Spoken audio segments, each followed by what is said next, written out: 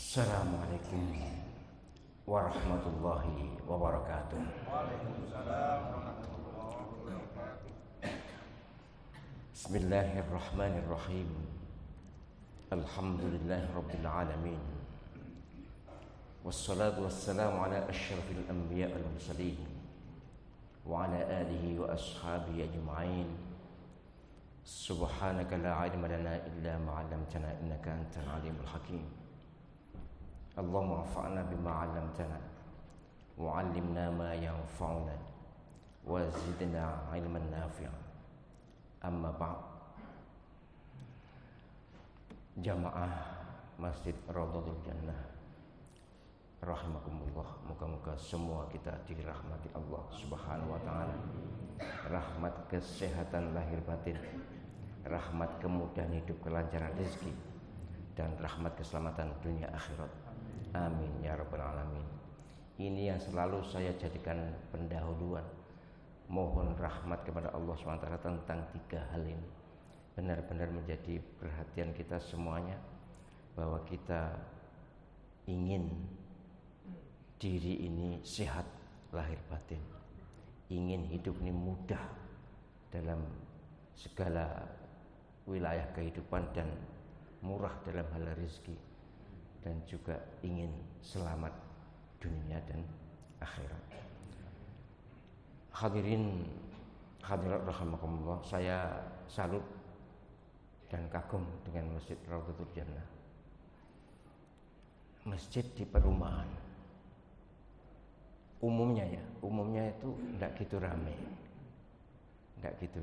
Subuh di perumahan itu umumnya enggak begitu ramai. Umumnya menikmati mancal kemulnya. Ini subuh penuh. Ini tiap hari atau Sabtu hari? Tiap hari. Barakallahu fikum jami'an. Moga-moga Allah SWT memberkahi penjelasan semuanya. Sementara saya menduga Al-Qadar lebih ramai, ternyata kalah ramai. Oke, kalau gitu saya jadikan saingannya. Harus takmirnya harus termotivasi belajar ke Raudhatul Jannah. Bahkan pengajiannya 8 kali untuk subuh. Wah, itu juga luar biasa itu. Iki wong PP lagi apa kena wong PP lagi kampung, apa bisa diajak gini? Harus bisa ya. Ini ki dari luar juga ada. Dari luar, memang beliau-beliau sudah tahu bahwa tiap Sabtu dan Ahad ada pengajian. Luar biasa. Barakallahu fikum. Renungan kita pagi ini adalah kepemimpinan Rasulullah sallallahu alaihi wasallam, tapi saya tahu arahnya, ini tahu saya. Kepemimpinan Rasulullah sallallahu alaihi wasallam dalam membentuk masyarakat madani. Iya. Tapi tahun politik begini memang harus bicara gitu. Saya khutbah saya semuanya saya bicara gitu, dan saya katakan masjid tidak tabu untuk bicara politik, asal bukan politik praktis. Politik praktis itu yang kampanye itu loh. Kalau kampanye harus kampanye cantik gitu. Saya sadar betul bahwa ini masjid, dan saya sadar betul bahwa saya dikuntit, itu aja. Jadi yang nguntit saya silakan aja, bagi saya tidak ada masalah, dan saya tahu kok aturan-aturan, saya tahu. Sehingga kalau mencari celah itu ya sulitnya sama dengan memasukkan gajah ke lubang jarum. Bukan berarti tidak punya salah, enggak, tapi dalam kaitan politik kebangsaan, politik keumatan, itu amat urgent untuk dibahas. Saya kampanye bahwa masjid jangan tabu untuk bicara politik. Umat Islam harus sadar politik. Golput itu salah. Istilah golput sudah salah, sikap golput lebih salah lagi. Golongan putih loh, kan berarti golongan baik.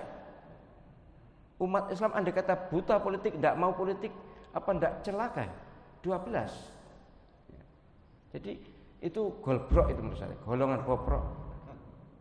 Mohon maaf, saya ada tokoh top ormas yang dilarang di negeri ini. Yang larang ya rezim sekarang ini, bukan TAP MPR, bukan. Kalau yang dilarang TAP MPR malah agak dimuncul-munculkan, yaitu nanti tanggung sendiri. Sering ke rumah. Selama ini mereka golput. Enggak, istilah golput itu, mohon maaf ya, saya harus salah goltam ya, golongan hitam. Mereka selama ini enggak mau ikut. Karena ini tauhid. Tauhid itu begundal ya. Jadi semua yang ada yang ikut politik itu ada begundal. Tauhid setan. Karena sistemnya sistem setan, maka mereka tidak mau ikut. Itu tokoh top nasional itu murid saya memang. Dia sering datang ke rumah. Saya sampaikan, kalau pendirian seperti ini diteruskan dan dikampanyekan, umat Islam akan hancur, akan dikungkung oleh pihak lain. Jadi harus ikut, harus sadar politik, harus terlibat dalam politik sesuai dengan kemampuan dan peran masing-masing. Jangan sampai kita buta politik, pasif politik, dingin politik, jangan. Nah, kepemimpinan Rasulullah itu juga politik. Iyalah dulu tidak dikatakan politik dulu, tapi sesungguhnya kalau kita bicara kepemimpinan Rasulullah, kepemimpinan itu politik. Dan Rasulullah SAW menjalankan politik. Namanya memang belum politik. Modal semua Rasul keempat itu ya. Siddiq, amanah, tabligh, fatonah. Siddiq itu jujur. Ini harganya mahal di negeri ini. Siddiq itu harganya mahal. Dulu ya, saya tidak pernah mendengar pemimpin bohong, itu tidak pernah. Dulu. Sekarang tiap hari kita bisa mendengar pemimpin itu gombal semua. Tapi itu di Afrika itu ya. Di Afrika, kalau di Indonesia tidak ada itu. Cuma lebih banyak. Siddiq itu jujur dan ini modal utama. Walaupun bukan satu-satunya pasti. Wong jujur tok gak ngerti manajemen ya kacau. Tapi ini modal utama. Siddiq. Dan kita harus mencari itu. Dalam kehidupan pemimpin RT, RW, kepala desa, camat dan seterusnya. Kalau camat kita tidak ada hak untuk memilih. Pokoknya kalau kita punya hak untuk memilih, wajib mempertimbangkan ini, siddiq. Dan itu gampang ya. Sebenarnya gampang. Apa yang menjadi pencandra atau penakar siddiq itu? Track record, rekam jejak, catatan hidup, lakone urip. Sebab siddiq itu jujur itu tidak bisa direkayasa, tidak bisa dibuat-buat, tidak bisa sekali kejadian, tidak bisa.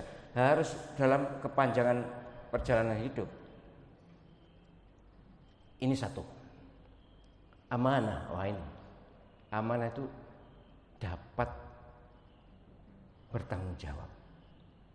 Ya, secara terjemahan dapat dipercaya, tapi intinya adalah harus bertanggung jawab. Dunia akhirat. Horizontal, vertikal. Manusia Allah.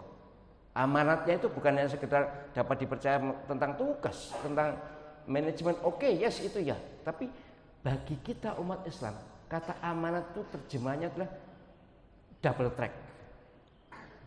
Horizontal, vertikal. Kemasyarakatan, ketuhanan dan seterusnya. Jadi kalau sudah ini, tinggi sekali. Rasulullah SAW jelas itu. Siddiqnya kena, amanatnya jelas kena. Tabligh itu komunikatif. Mudah diajak ngomong, bisa diajak ngomong, mudah menerima kritik. Tabligh jangan diartikan hanya menyampaikan loh. Iyalah selama ini memang kalau pelajaran tauhid itu menyampaikan, tapi sesungguhnya tabligh itu adalah komunikatif. Pemimpin yang anti kritik jelas tidak tabligh. Dimanapun atau siapapun. orang memimpin nih, ya kita semua saya yakin pernah memimpin di level masing-masing. Itu kan yang dipimpin orang, ndak mimpin apa nek gak wong, kan yang dipimpin orang. Orang itu jangankan sak negara, hanya sak masjid aja bisa macam-macam pikirannya, bisa macam-macam pendapatnya, dan bisa macam-macam keinginannya. Nah, kritik itu adalah sebenarnya kalau dikiaskan sebagai orang sakit itu obatnya. Kritik itu obat. Memang pil itu pahit atau tidak enak, jamu itu tidak enak, tapi menyehatkan. Mestinya ya. Tokoh siapapun, apalagi tokoh negeri, tokoh satu negara, itu harus lapang dada, dingin kepala. Mudah menerima nasihat, tidak gampang emosian, apalagi mempersekusi umat. Tidak boleh. Kalau pemimpin tidak mau dikritik, ya itu dajjal sudah. Dajjal. Nabi Shallallahu Alaihi Wasallam kurang hebat apa? Menerima masukan luar biasa. Coba perang Khandaq itu atas usul siapa? Salman Al Farisi. Segala yang terkait dengan kemasyarakatan, Nabi menerima masukan. Tapi kalau sudah vertikal lah, itu sudah memang otoritas. Iyalah, Nabi juga punya otoritas mengatur masyarakat. Memang umumnya sahabat juga takut. Tapi coba soal tawanan perang Badar pertama kali itu kejadiannya lucu, mengenaskan, dan dahsyat. Nabi Shallallahu Alaihi Wasallam sebagai seorang pemimpin menang perang, ya itu memang luar biasa. Perang Badar itu hampir kalah memang, tapi kemudian Nabi berdoa, ya Allah, jika kami kalah maka engkau tidak akan disembah selamanya. Itu doa Nabi, tidak usah ditirukan, ya jangan ditirukan doanya Nabi itu. Kita jangan lalu kalau kemarin kan ada yang tirukan, ya ada yang dukung juga, tapi saya ngelus doa aja. Jangan gitulah ya. Kalau kami kalah engkau tidak disembah selamanya. Itu yang tahu Nabi SAW. Jadi Nabi saking judeknya, ya bagaimana Nabi juga menjalani kemanusiaan seperti kita kok. Jangan lalu serba itu diberi wahyu. Iyalah Nabi diberi wahyu, tapi menjalankan hidup itu ya sebagaimana kita. Ya ndak tahu barang, ndak ngerti juga, tempo juga, semoyo juga kalau ditanya sesuatu semoyo nunggu wahyu. Artinya dalam kehidupan sehari-hari ini Nabi ya seperti kita. Semua rasul seperti itu. Jangan dikira semua rasul langsung connected dengan Tuhan, kemudian apa-apa wis kokono pejari kono. Iyalah, dalam kondisi tertentu memang bimbingan itu, tapi kondisi yang lain memang Nabi basyariahnya dimunculkan oleh Allah SWT. Kemanusiaannya itu. Nah, ketika menang perang 300 lawan 1000 ya. Perang pertama kali sejak Nabi SAW 13 tahun dakwah gagal di Mekah, kemudian baru 2 tahun di Madinah, diserang dari Mekah. Diserang loh, tempatnya Badar kok. Kalau tempatnya di Mekah Nabi menyerang, ini tempatnya enggak Badar. Badar sekitar 7 kilo lah dari Madinah itu, dari kota ke selatan. Diserang. Baru hijrah 2 tahun, bayangkan. Berbenah 2 tahun. Cik ngelakoni di Madinah kan ada Yahudi, ada Nasrani, ada paganis. Memang ada pendukung, tapi juga belum banyak. Ya baru 300 itu kira-kira. Kemudian menang. Dalam susah payah menang, kemudian ada tahanan, ada tawanan. Tawanan perang itu ya zaman itu loh ya. Itu harus dihabisi. Tapi Nabi tidak. Nabi ingin ini ditahan, diharapkan masuk Islam. Bayangkan coba tawanan perang pertama kali, pengalaman perang ditahan. Ya di Israel ya ditahan lah kalau sekarang. Didukung oleh Abu Bakar. Abu Bakar ya orang santun juga kan. Jadi didukung. Tawanan perang ditahan, tidak dibunuh sebagaimana lazimnya zaman itu. Tawanan perang itu dibunuh. Kalau perempuan jadikan budak, laki-laki bunuh. karena tentara.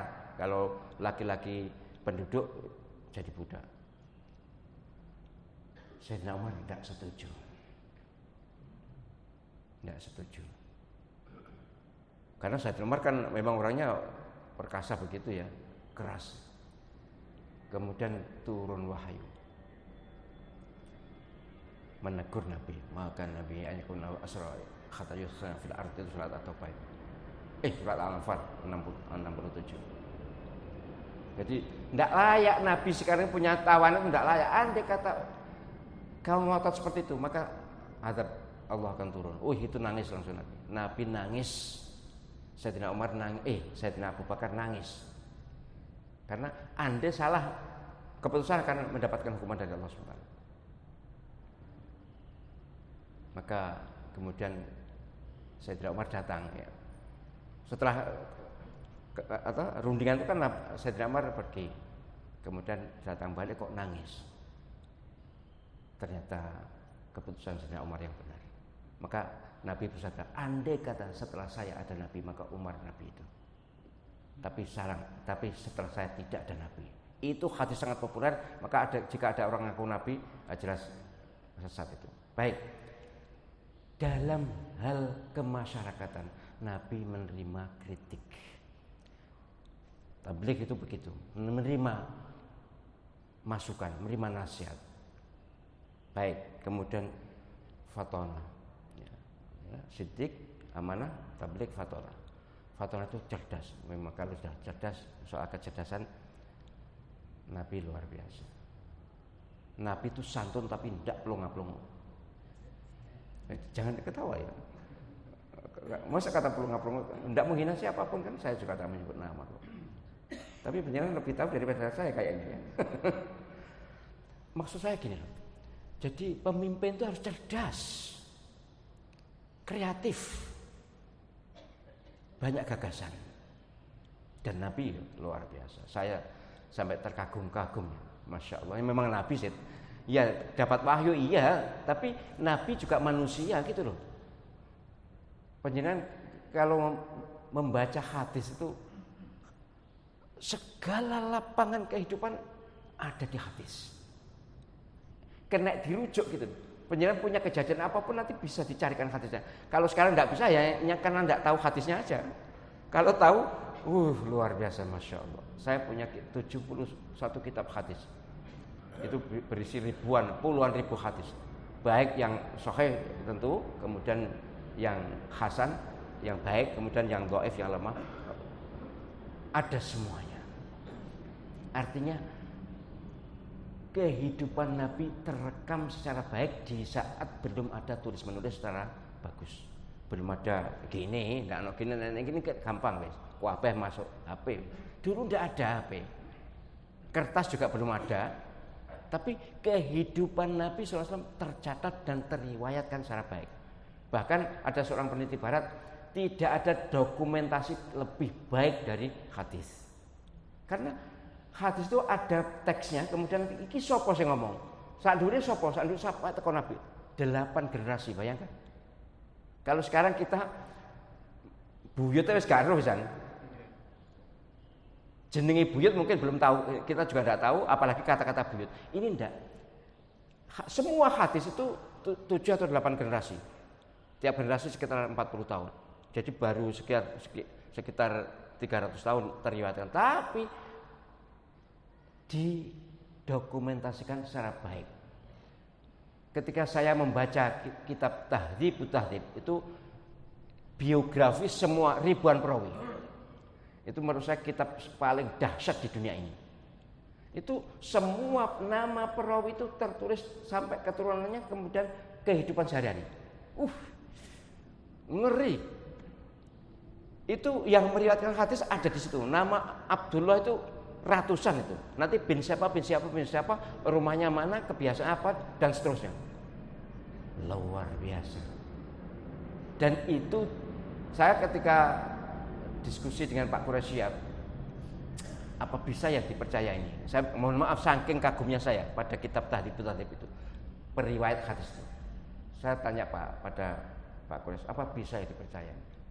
Kata Pak Kures yang sangat saya ingat dan tidak akan saya lupakan, ilmu itu kalau kalian tidak setuju atau dianggap salah, harus bisa menunjukkan salahnya. Kalau tidak bisa menunjukkan salahnya, harus mengakui kebenarannya. Sampai hari ini orang barat yang sudah meneliti Quran, mencari-cari kesalahan hadis, tidak menemukan kesalahan dalam kitab Tahdhibut Tahdhib. Jadi kitab Tahdhibut Tahdhib itu walaupun aneh, ajaib menurut saya. Nah, penjenengan cobalah, penjenengan nulis riwayat hidup 5 orang aja kan susah sulit itu. 5 orang aja riwayat hidup. Misalnya Pak Mariadi, riwayat hidupnya oke. Mungkin keturunannya masih teracak entah berapa sampai generasi berapa. Tapi pekerjaannya, anaknya dan lain-lain itu bukan 5, bukan 100, bukan 1000, bukan 2000, bukan 10.000, puluhan ribu, 12 jilid itu terdeteksi secara baik. Tidak ada ahli pakar sejarah yang bisa mengkritik sampai hari ini. Maka harus diakui kebenarannya. Ini postulat ya. Baik, soal kecerdasan memang itu. Nah, kita harus menyikapi kehidupan ke depan ini. Kita kan sudah punya pengalaman dipimpin oleh banyak pihak ya, baik tingkat RT, tingkat RW, tingkat manapun ya. Sudah ada pengalaman penjenengan pasti. Enak tidak enaknya dipimpin oleh pemimpin seperti ini, bagaimana seperti ini, bagaimana tuh ada. Nah, ini kan tahun politik akan pilihan presiden, kemudian nanti pilihan pilek ya, legislatif, wakil itu yang sekarang tidak bisa mewakili itu. Iyalah, saya berkali-kali berkomunikasi, hanya satu partai aja yang bisa mewakili, yang sering datang ke rumah juga. Tapi maksudnya gini, kita semua ini kan ngaku Islam dan alhamdulillah kita Islam kan, maka berbuat apapun ya basicnya adalah akidah kita, tauhid kita, agama kita. Memilih pemimpin juga begitu. Pemimpin tingkat apapun lah harus diukur dengan kemampuan mereka untuk 4 ini. Siddiq, amanah, tabligh, fatwa. Sekali lagi, rekam jejak yang akan membicarakan, yang akan mentaskhih atau mengoreksi iya tidaknya. Apa istilahnya apa saat ini? Rekam jejak ini? Jejak digital. Jejak digital. Itu yang silakan aja penjenengan lihat aja, iki sholat apa ora, iki seneng porno apa ora. Kalau mboten seneng porno lho ya. Seneng membuat porno ya. Kita semuanya senang berbuat porno, tapi untuk keluarga diri sendiri. Tapi maksud saya gini, saya memang harus fair ya, harus fair bahwa dalam kehidupan sejak merdeka sampai sekarang, ini mungkin ulang tahun keberapa ya? 78 ya? 78 tahun. Itu cara wong kan ya pun sepuh to, wis tuwek to, cara orang itu artinya sudah dewasa, sudah matang. Umat Islam ini menjadi pemain kapan ya? Kok rasanya kok nontok terus gitu. Yang memimpin ngaku Islam tapi tidak peduli pada Islam. Katakanlah kalau peduli ya nyatanya juga tersiok-siok. Mohon maaf ya, mohon maaf. Kalau kita bicara hotel, yang punya hotel itu sinten sih? Saya hanya punya teman Hotel Sofyan itu jelas punya teman saya itu Pak Rianto. Tapi mayoritas hotel siapa sing duwe? Muslim wong mejitan apa duduk mejitan? Pabrik sinten sing ada? Kita tidak nyalahkan mereka yang punya, tidak menyalahkan, tapi kebijakan ini loh kan menentukan sekali tuh. Coba penjenengan kalau ke Saudi atau ke Mesir, coba siapa yang kaya mereka? Apalagi ke Qatar, apalagi ya paling top di dunia ini Qatar memang. Hartawan semuanya sudah muslim semuanya. Orang peduli pada Islam semuanya. Loh, non muslim apa enggak ada? Ada. Jangankan Saudi itulah ada orang non muslim, penduduk asli. Ya bukan asli sih, penduduk warga negara maksud saya. Warga negara, mungkin ya pendatang, tapi umumnya ya banyak yang mu'alaf. Tapi intinya itu kebijakan, itu pemimpin itu yang menentukan. Ini punya apa, yang punya perusahaan Siapa? Saya mengalami sendiri. Saya kan sekretaris penasihat YP3, Yayasan Penguatan Peran Pesantren Indonesia. Dulu ketua penasihat, Dewan Penasihatnya Gus Solah, kemudian wafat, kemudian Yai Sobari wafat, sekarang masih belum, jadi saya masih sendirian. Kalau ketua umumnya Pak Marzuki Ali dan Mas Happy Trenggono, ini NU dan Muhammadiyah bersatu. Memang saya sengaja begitu. Saya ingin dalam banyak organisasi yang saya ada itu harus ada NU Muhammadiyahnya. Sebab bagi saya itu penting, untuk kerukunan itu penting. Nah, oke. Tapi gini, yang ingin saya ceritakan adalah untuk mendapatkan kuota, napa ngarane kuota jatah dagang niku lho. Katakanlah komoditi ini 100%. Untuk mendapatkan 5% aja, waduh susahnya setengah mati. Sementara mereka yang matanya seperti saya ini, yang sipit seperti saya ini, itu dengan sangat mudah mendapatkan hak ini, hak usaha ini, sungguh sangat mudah. Memang mereka kalau nyogok itu enggak tanggung-tanggung. Untuk membuat perusahaan sebesar apapun itu dengan mudah sekali, dan mencari pinjaman dengan mudah sekali, dengan berani sekali. Nanti kalau bangkrut ya lari ke tempat baik, beres. Ini nyata loh, kebijakan orang yang memegang kementerian ini adalah muslim. Tapi ternyata untuk bisa lolos uang, bukan agama. Kita tidak mau menyisihkan, tidak ingin menyisihkan non muslim, tidak. Sejarah menunjukkan bahwa umat Islam ini kalau mayoritas umat non muslim atau umat minoritas tenang, nyaman, damai. Di Mesir itu mayoritas muslim, non muslim 15%, kaum Kopti itu. Waduh, nyaman. Di semua negara kalau mayoritas muslim nyaman, tapi sebaliknya memang umat Islam kok minoritas pasti tertindas. Rohingya, Uighur, dan banyak lagi di tempat lain. Artinya apa? Kita tuh ingin menjadi pemain di negeri ini. Nanti ya contoh real itu Jakarta. Katanya nanti akan jadi negeri Suriah, kan akan jadi Suriah. Omong gombal sekali kan. Bagaimana? Justru non muslim bersaksi, pendeta-pendetanya bersaksi bahwa dengan kepemimpinan Jakarta yang hanya 5 tahun itu begini, itu mereka, dan itu viral. Itu sekedar suatu ilustrasi, gambaran bahwa sesungguhnya kita ini selama ini masih menjadi penonton. Untuk menjadi pemain kita harus peduli politik, harus terlibat dalam politik sesuai dengan bidang masing-masing. Minimal milih, melok milih, ikut milih, itu aja minimal. Diniati ibadah, ya Allah, saya memilih ini, saya niatkan lillahi ta'ala, karena engkau demi izzul Islam wal muslimin, demi kejayaan Islam dan kaum muslimin. Terserah yang penyerang pilih siapapun, tapi yang bicara hati nurani, bukan kepentingan, bukan amplop. Hati ini harus kita ajak bicara jujur di hadapan Allah SWT bahwa kita ikut pemilu dalam rangka izzul Islam wal muslimin, demi Islam jaya, kaum muslimin jaya. Nek wis ngono ki kok cek milih sing ora-ora, ya kebangetan. Ora-ora ngertos nggih. Cek milih sing ora-ora, jangan. Jadi ini ibadah, harus bersih dari kepentingan duniawi. Lillahi ta'ala, dan Allah SWT bersama malaikatnya tahu hati kita apa isinya, maunya apa. Terus empat sifat wajib Rasul ini harus menjadi penanda kita.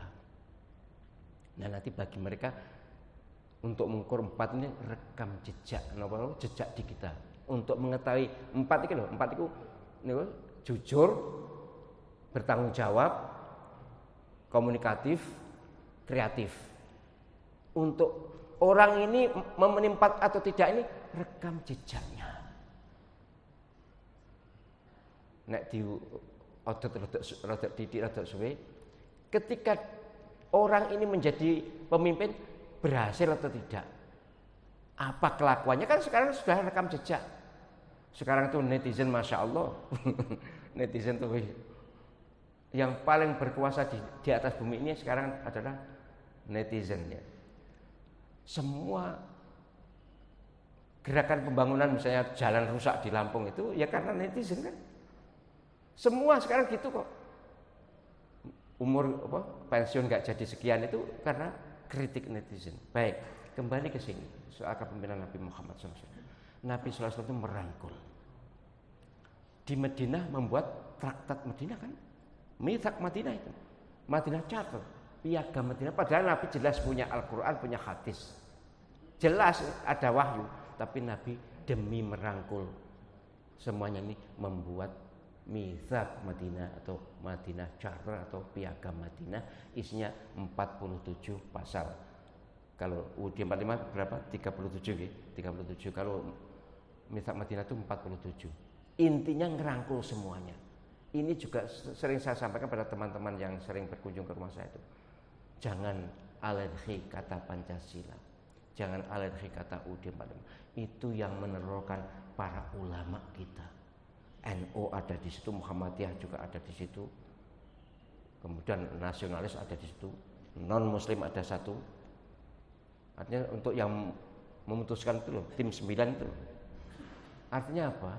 Kita sebagai bangsa Indonesia, kita harus bisa bagaimana menunjukkan umat Islam ini adalah umat yang santun, umat yang ngomong, umat yang ingin damai. Dan kalau memilih pemimpin yang bisa ini, 4 ini. Pun masih ada beberapa waktu untuk bertanya ini. Isyroknya 52. Pak Bro, apa yang disampaikan tadi berkaitan politik ya Pak ya? Politik. Ini saya tanyakan yang pertama, kriteria bagaimana sih pemilihan sidik itu Pak? Karena tentunya kami orang Medai Pak, Medai. Kita tidak tahu Pak ya, kalau kita berbicara masalah jejak. Sedangkan tahun ini mungkin tahun depan itu wah, gambar-gambar itu seliburan Pak. Kami juga tidak mengenal. Nah saya ingin apa yang dijelaskan oleh Profesor tentang kriteria pemimpin yang sidik itu yang jujur. Yang kedua Pak Bro, tentang amanah yang disampaikan juga. Ukuran amanah tentang pimpinan itu kan bagaimana juga. Karena terkadang kritik itu apa yang disampaikan Profesor itu sebagai apa, obat atau pahit. Terkadang kritik itu sendiri tidak jarang juga dilatih dengan ketidaksukaan pada seseorang atau pemimpin. Itu Pak Profesor. Sampun nggih. Baik, sekali lagi panjenengan kagungan HP. Wah, malah loro ya. Gampang dilihat aja di sini. Panjenengan klik nama orang, beres dibaca. Itu sudah bisa kita baca banyak hal. Kemudian tentang yang membicarakan tentang dia itu di banyak di YouTube, di IG, terutama kaitannya dengan perilaku jujur ya, atau sidik itu. Itu kan gampang sekali. Menjanjikan mobil Mercedes misalnya, bisa enggak mewujudkan mobil Mercedes itu? Nyatanya tidak ada kan? Di sini maksudnya di Raudhatul Jannah enggak ada mobil Mercedes, kalau di Jerman ya ada. Tapi janji itu kan, kalau kampanye kan mudah sekali. Selama ini janji kampanye dipenuhi atau enggak? Orang-orang yang menjadi calon pemimpin itu, baik kampanye di tingkat lokal maupun tingkat nasional, intinya rekam jejak Pak. Ya, kalau ditanya secara teoritis kriteria sidik itu apa? Tidak bohong. Kriterianya orang jujur itu tidak bohong. Nah, orang tidak bohong itu bahkan menyatunya ucapan dengan tindakan, itu jujur itu. Itu teori tapi Pak. Untuk melihat itu bagaimana? Rekam jejak. Nah, rekam jejak itu ada di mana? Di HP atau di internet atau di apa namanya? Di akun ya, di laman, pokoknya di sosial media.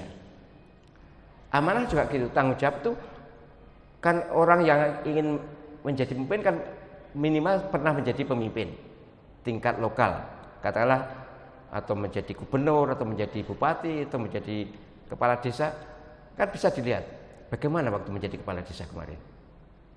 Jadi rekam jejak sekali lagi, baik ya paling mudah memang jejak digital. Kalaupun tidak jejak digital ya, kalau penjenengan mengenal orangnya atau bisa bertanya pada kiri kanan ya bertanya pada kiri kanan. Dia bertanggung jawab enggak?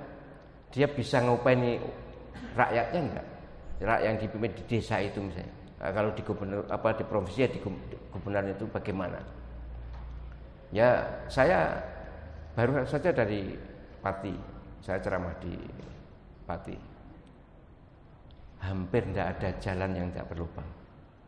Jalan raya Pak berlubang. Jadi sopir saya minta hati-hati. Iki kalaupun tidak berlubang tambalan tapi gerunjalan. Jadi untuk menemukan jalan baik itu sama dengan menemukan jarum di jerami. Susah sekali. Istilah mereka orang Jawa Tengah mengatakan jalan ini bosok kabeh, bosok. Jalan kok bosok? Ya memang itu istilah. Ini sekedar ilustrasi. Saya tidak mengatakan bahwa jalan itu ukuran, boten. Tapi salah satu rekam jejak kalau ada pemimpin kok membiarkan jalan rusak, berarti tidak entos gitu aja. Ini kalau dikaitkan dengan amanah tanggung jawab itu. Semuanya seperti itu Pak. Tapi yang pasti kalau terkait dengan pilpres ya, ukuran kita adalah ukuran kita. Panjenengan tenang napa mboten milih niki, tenang napa mboten niki, nyaman atau tidak, isin apa ndak pada Allah SWT, gitu aja. Memang ini teoritis karena kita dibatasi oleh aturan. Jadi saya juga harus menjaga masjid ini supaya tidak disalahkan. Ngoten Pak nggih. Yang lain silakan. Ini terkait feedback itu di level asap ya.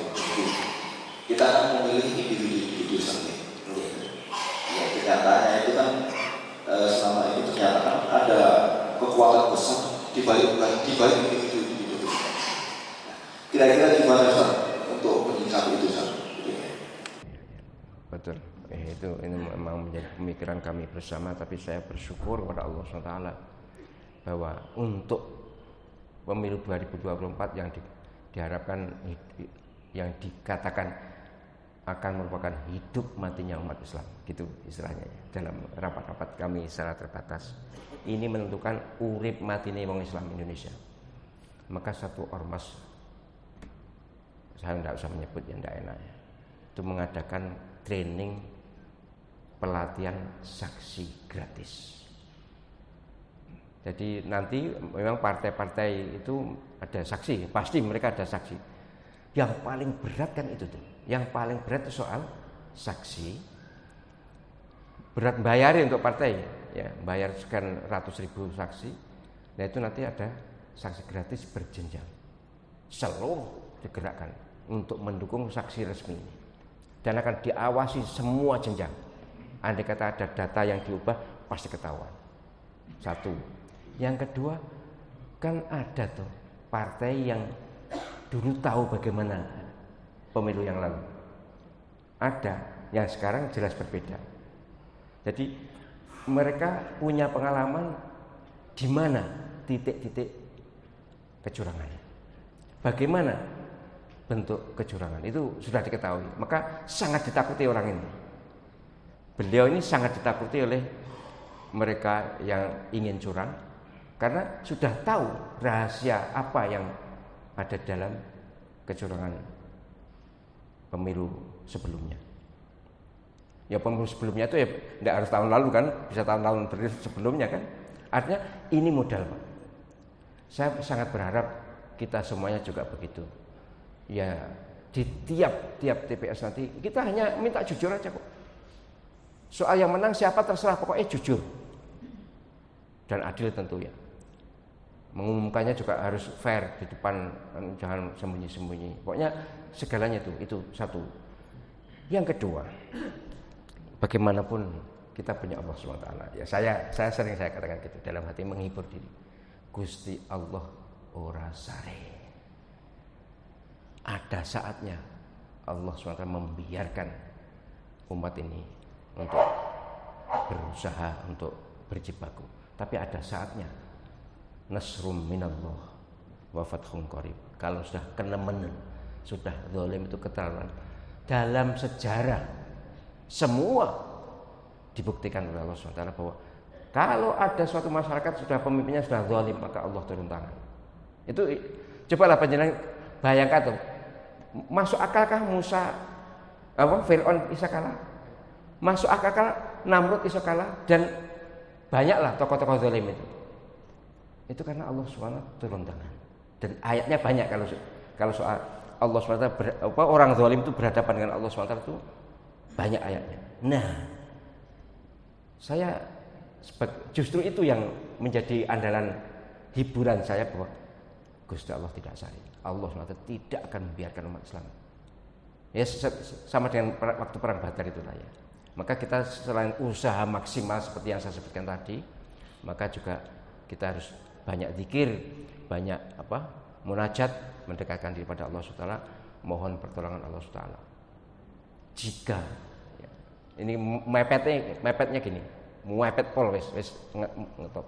Nek pancen Gusti Allah menghendaki Islam masih ada di Indonesia, pasti ada pertolongan. Tapi kalau Allah SWT memang menghendaki kiamat, ya sudah akan kiamat. Gitu aja. Ini kan tapi mumpun langsung ke mriku nggih. Jangan langsung ke situ, itu enggak ana usaha. Harus ada usaha maksimal dulu, ada doa maksimal dulu, tawakal maksimal dulu, baru nyerah ke situ. Gitu Pak.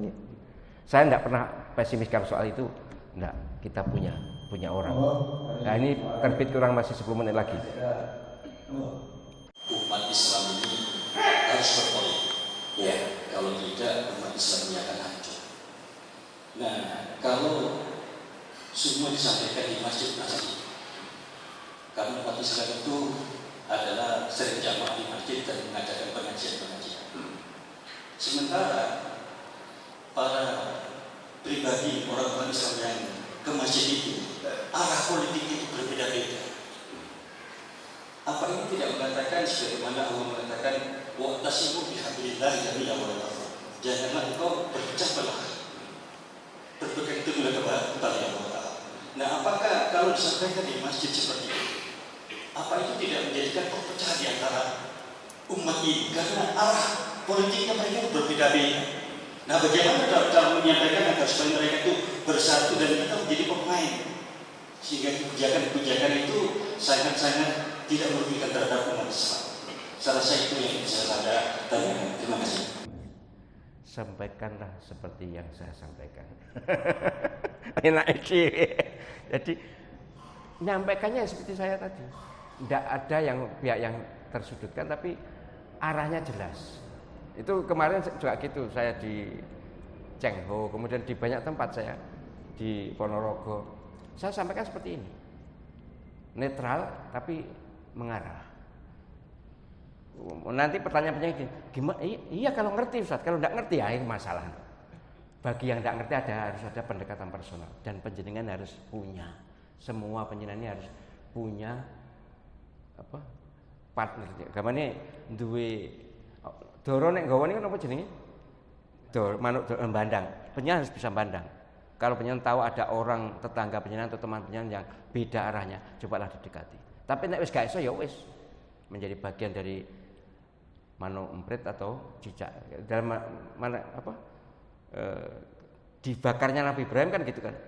Ada manuk, bukan manuk emprit, manuk apa niku? Manuk pokoknya burung ya, burung dengan cicak. Cicak menghembus, lah burung meneteskan air, ditegur oleh cicak.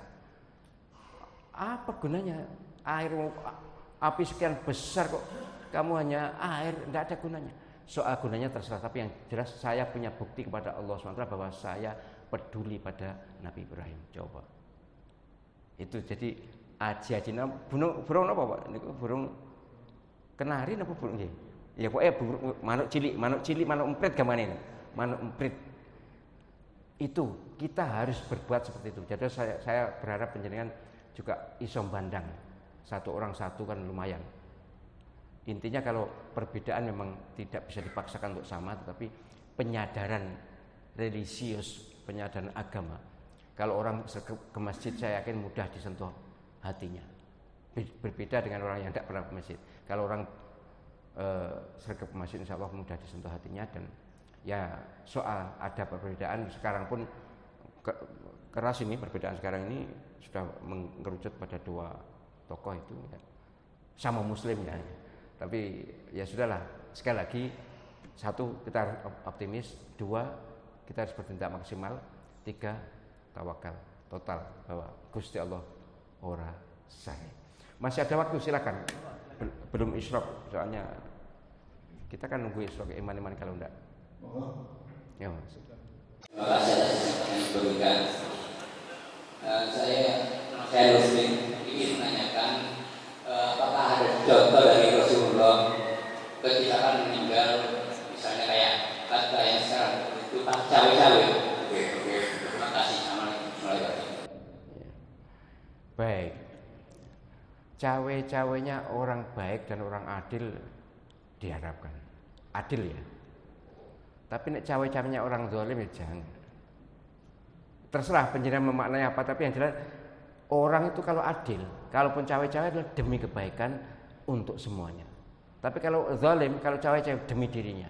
Wis gitu aja. Jadi untuk apakah Rasulullah pernah cawe-cawe? Cawe-cawe itu kan melibatkan diri kita. Ya Nabi sallallahu alaihi wasallam dalam hal kepemimpinan beliau bukan cawe-cawe karena wong Abu Bakar itu tidak ngerti nek arep dadi pemimpin. Nabi tidak ninggal wasiat, tidak ninggalkan pesan, engko nek aku wafat gantiku iki. Enggak. Nabi tidak begitu. Jadi orang yang model-model mau meneruskan pokoknya supaya begini supaya ya itu berarti nek sunnah Rasul ya sudah, saya melakukan ini, terus nanti umat berikutnya mau apa. Ini sudah ada contoh yang baik. Nabi punya contoh yang baik. Jadi kepemimpinan Nabi sallallahu alaihi wasallam itu paripurna, sempurna, tapi bahkan bukan hanya pesan. Keturunan loh enggak ada. Keturunan laki-laki enggak ada. Zaman itu kan yang bisa jadi pemimpin kan laki-laki. Kultur bukan agama. Kultur saat itu enggak mungkin orang menjadi pemimpin kalau bukan laki-laki. Nabi SAW tidak diberi keturunan laki-laki sampai dewasa. Ibrahim, Qasim itu wafat ketika masih anak-anak. Itu juga sunnah. Artinya syariat maksud saya. Itu adalah bukti bahwa memang Nabi tidak cawe-cawe. Tidak cawe-cawe dalam pengertian ini. Nah, terkait dengan apa yang penjenengan istilahkan cawe-cawe zaman sekarang ini, itu pasti keterlibatan intervensi yang menimbulkan ketidakadilan, keberpihakan. Pasti sudah, siapapun sekarang ini, manusia sekarang ini kok cawe-cawe mesti keberpihakan. Dan keberpihakan itu pasti kepada yang bersangkutan. Iya nek wonge apik enggak apa-apa. Nek wonge enggak apik. Kan itu masalahnya. Ya sayangnya kita terikat oleh IT ya. Undang-undang IT itu sangat membatasi kita untuk menghindari kemungkinan delik ya. Ngoten nggih? Terima kasih. Assalamualaikum warahmatullahi wabarakatuh.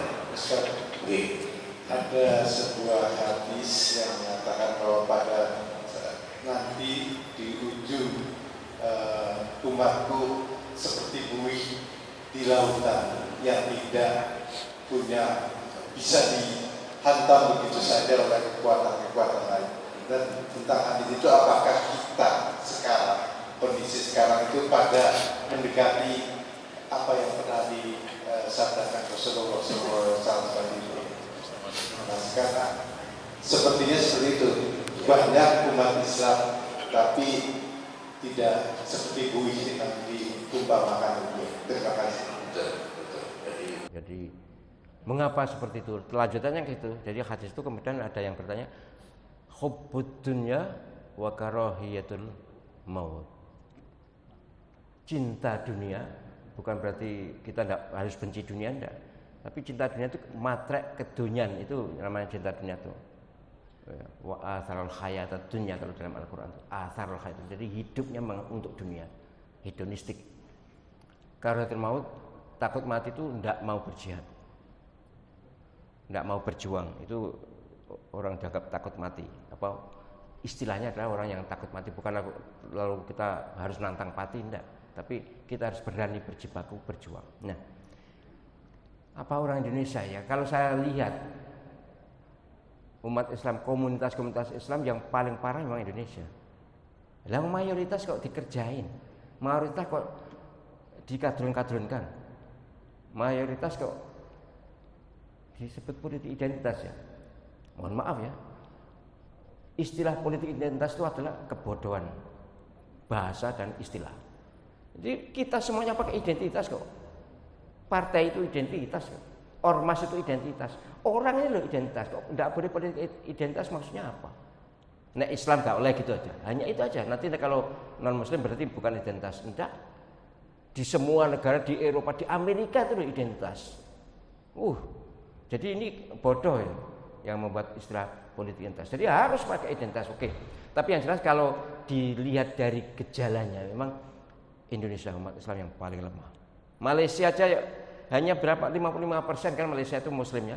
Kemudian yang lain India, lain Cina, 35% itu India dan Cina. Jadi 45%. Yang 55% Muslim itu berkuasa Malaysia. Kemudian ya negara-negara Arab yang saya tahu umat Islamnya tidak selemah Indonesia ini. Karena kita mayoritas ya, kayaknya mayoritas memang gampang digarap, apalagi pemimpinnya memberi fasilitas untuk digarap ya sudah. Tapi Gusti Allah tidak saleh. Gitu nggih.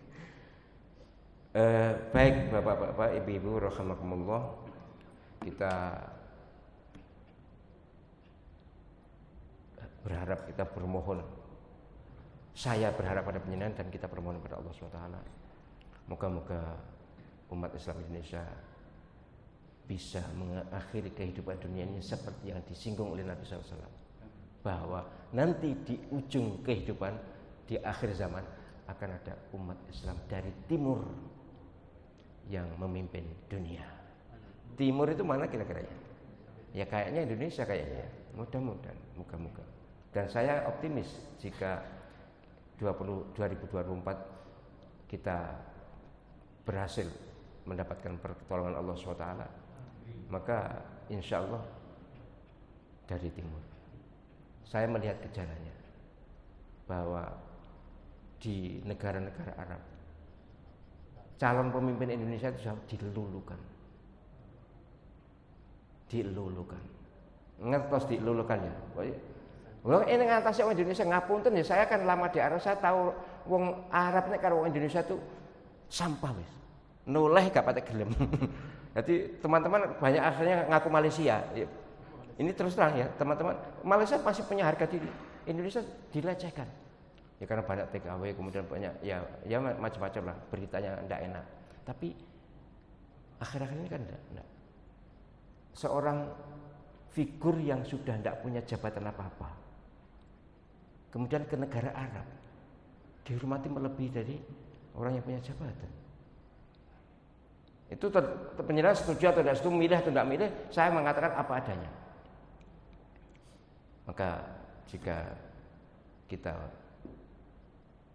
berhasil ya mengubah nasibnya di 2024 yang disinggung Nabi SAW.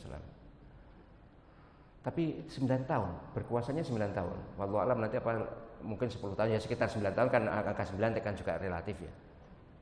Jadi di akhir zaman akan ada umat Islam yang bisa menata dunia ini, tapi waktunya hanya 9 tahun. Kemudian setelah itu kafir lagi dan kiamat. Wallahu alam, kita tidak tahu, tapi berdasarkan hitung-hitungan matematika para yang suka menghitung, antara lain Ustadz Muhammad Ali yang ahli akhir zaman itu biasanya ngitung-ngitung itu memang umur dunia ini memang tidak lama lagi sih, tidak lama lagi. Ya, kita berharap moga-moga kita menjadi penduduk Muslim yang kokoh iman kita selama dunia dan akhirat. Baik, demikian yang bisa kita jelaskan. Terima kasih karena kehadiran perhatian penjelasan semuanya. Kita akhiri dengan kafaratul majelis. Semoga-moga dosa-dosa kita diampuni Allah SWT. Bismillahirrahmanirrahim. Subhanakallahumma wa bihamdika asyhadu an la ilaha illa anta astaghfiruka wa atubu ilaik. Terima kasih, mohon maaf. Assalamualaikum warahmatullahi wabarakatuh. Waalaikumsalam.